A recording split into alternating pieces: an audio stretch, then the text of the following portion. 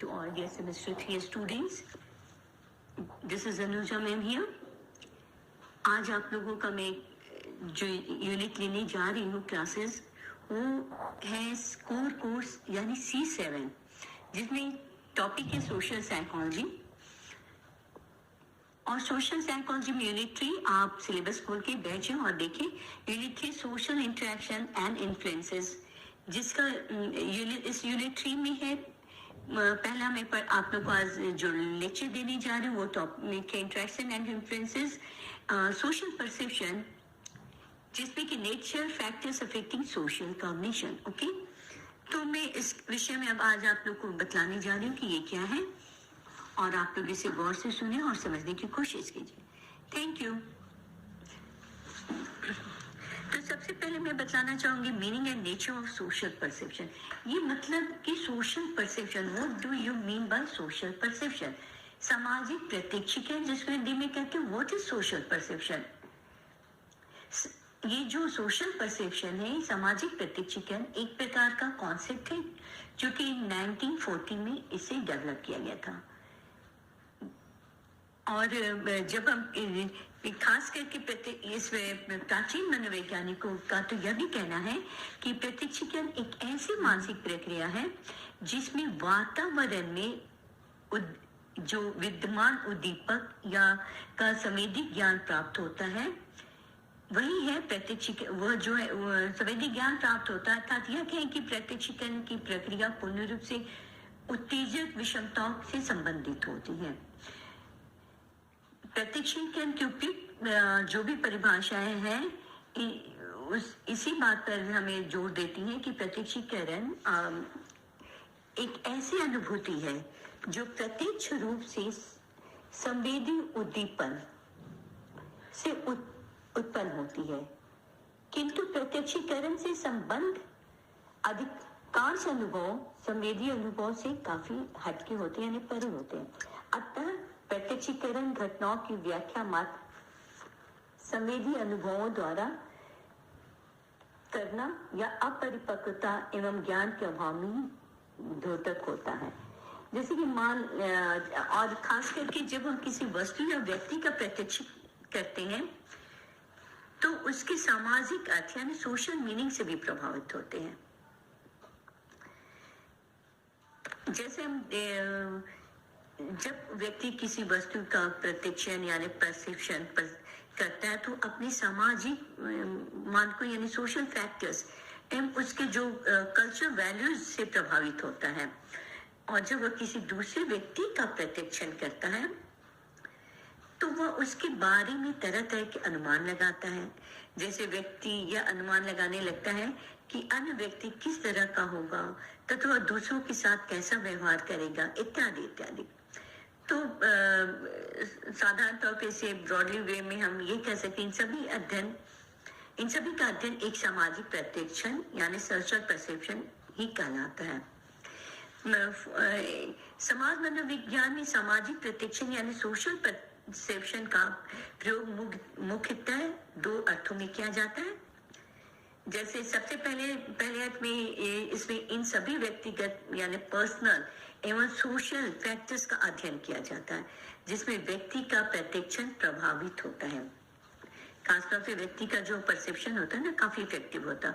और इसमें व्यक्ति की आवश्यकता यानी need, motives, values and emotional states द्वारा व्यक्ति का परसेप्शन कैसे प्रभावित होता है, इसका अध्ययन किया जाता है। दूसरे शब्दों में कह सकते हैं कि सामाजिक परसेप्शन सोशल परसेप्शन में इस बात का भी स्टडी किया जाता है कि प्रत्यक्षण करता यानी परसीवर किस तरह से दूसरे व्यक्ति या व्यक्तियों के बारे में एक खास विचार या राय इंप्रेशन फॉर्म करता अपने अंदर, और किस तरह से वह विचार उद्दीपक व्यक्ति यानी स्टिमुलस पर्सन के गुणों और समाज में उसका क्या पोजीशन तथा परसीवर के साथ उसका संबंध, रिलेशनशिप इत्यादि कैसे प्रभावित होता है। तो दूसरे के बारे में एक खास राय या विचार बना लेना, इस प्रक्रिया को व्यक्ति प्रत्यक्षण यानी पर्सन परसेप्शन कहा जाता है। स्पष्ट है कि सामाजिक अब यही स्पष्ट हो जाता है कि सामाजिक प्रत्यक्षण यानी सोशल परसेप्शन एक विस्तृत पद यानी ब्रॉड टर्म है, जिसमें कि कुछ खास विशेषताएं भी दी गई हैं। जैसे सोशल परसेप्शन में उन का अध्ययन किया जाता है जिसके सारे आवश्यकता, मूल्य यानी नीड्स एंड वैल्यूज तथा सामयिक कारकों का प्रत्यक्षण पर पड़ने वाले प्रभावों का अध्ययन किया जाता है। अतः इसमें प्रत्यक्षणात्मक सुरक्षा यानी परसेप्चुअल डिफेंस तथा प्रत्यक्षणात्मक बालघात परसेप्चुअल एक्सेंचुएशंस तथा चेतन प्रत्यक्षण सब्लिमिनल परसेप्शन इत्यादि का भी अध्ययन किया जाता है। अब जैसे कि ये जो पर्सन परसेप्शन था, वो अब सोशल परसेप्शन में देखिए प्रत्यक्षीकरण वह अनुभूति जो जैसे कि मैंने बताया था ना कि प्रत्यक्ष रूप से संवेदी उद्दीपन से उत्पन्न होती है, किंतु प्रत्यक्षीकरण से संबंध अधिकांश अनुभव संवेदी अनुभव पर से काफी परे होते हैं। अतः प्रत्यक्षीकरण उन घटनाओं या मात्र अनुभवों द्वारा करना अपरिपक्वता एवं ज्ञान के अभाव का द्योतक है।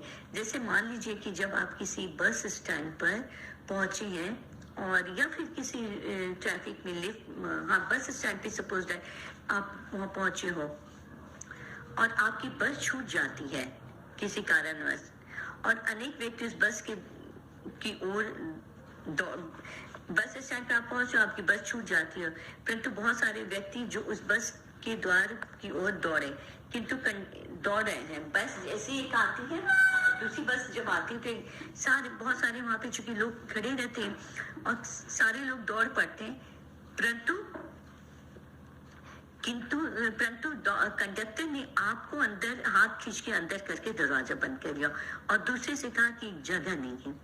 तो नेचुरली वो एक आदमी को खींच सकता, तो उसने खींचा, दूसरे से कहा जगह नहीं है, एक जगह से लगा तो उसने खींच लिया, किंतु कंडक्टर ने आपको अंदर बंद करके कर लिया, मतलब कि बाकी लोग को बोला कि जगह नहीं है, मगर आपको तो अंदर कर लिया और दरवाजा बंद कर दिया और दूसरे को जगह नहीं कह के उसने मना कर दिया।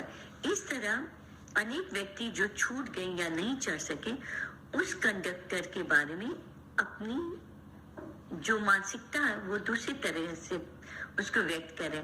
उनके हिसाब से कहते हैं कि वो जो कंडक्टर साला इतना चोर है, बेईमान की संज्ञा देते हैं, तरह फलाना फलाना उन्हें कहते हैं, परंतु आप नहीं कहते क्योंकि आपको तो उसने लाया और आपकी जो प्रत्यक्षीकरण, आपका जो परसेप्शन इस व्यक्ति के प्रति, कंडक्टर के प्रति, वो यह कहता है कि यह बड़ा सज्जन व्यक्ति है, देखो उसने मेरी मदद की, मुझे अंदर खींच लिया, मैं आ गया।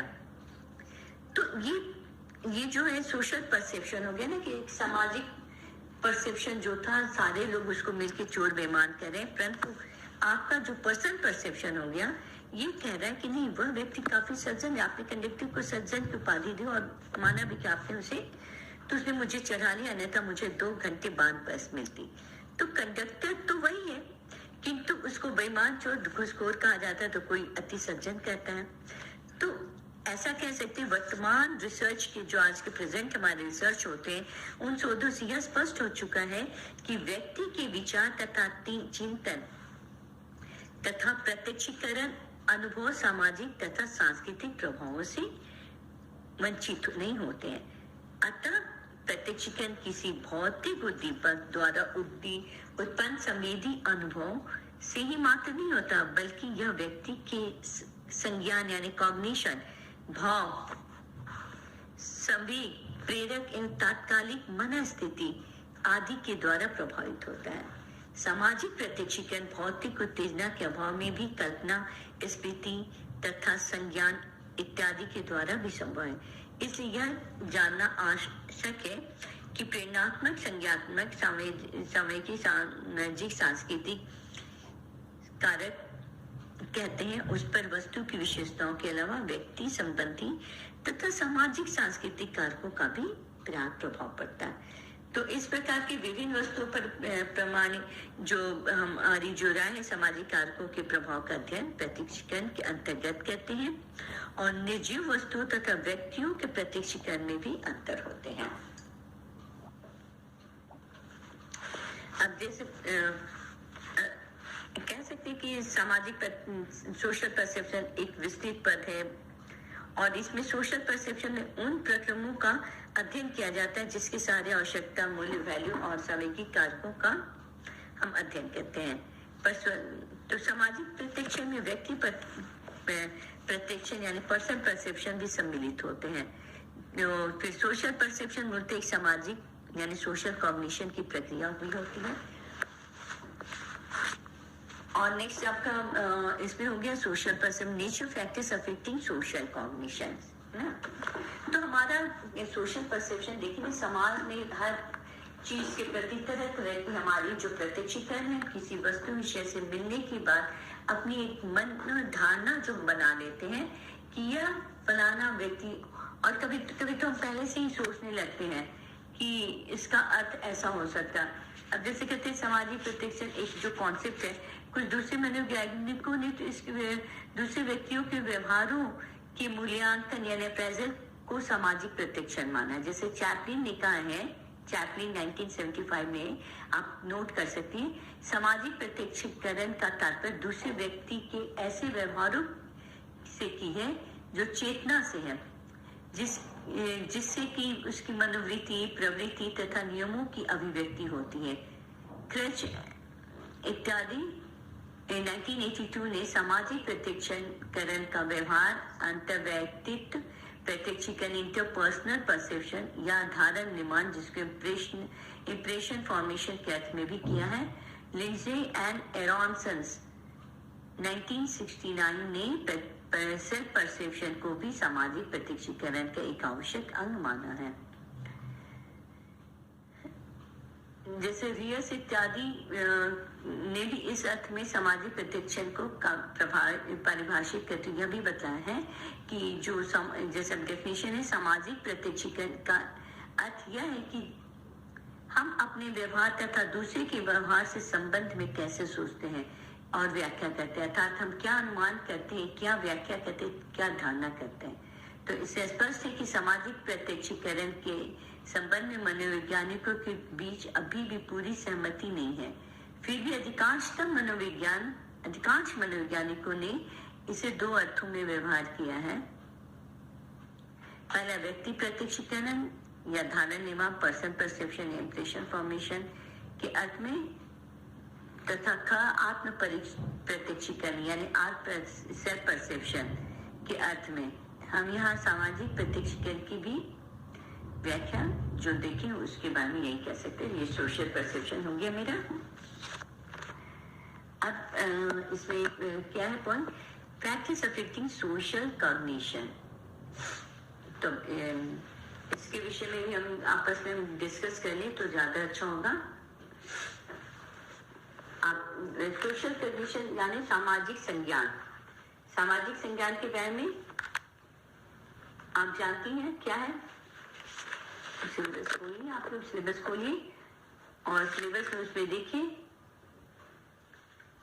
सिलेबस के through go through the syllabus और उसको खोल के बैठिए। सिलेबस में जो है nature factors affecting social cognition.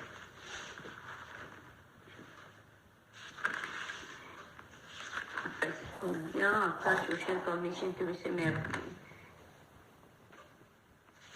और दूसरी चीज है कि समझ में आ रही है आप लोग को ये सारी चीजें जो भी मैंने अभी लेक्चर दिया उसके विषय में। आज मैं क्लास यहीं पे ओवर करती हूँ। नेक्स्ट क्लास में मैं आप लोग को सोशल कॉग्निशन, क्योंकि लंबा हो जाएगा और मैं ये मुझे यूट्यूब में डालने में भी प्रॉब्लम होते हैं लंबे स्पीच को, तो मैं अभी आज यही स्टॉप करती हूँ। Take care you all and all the best. Next class में सोशल कॉग्निशन के बारे में समझाऊंगी। Nature factors affecting social cognition. Thank you.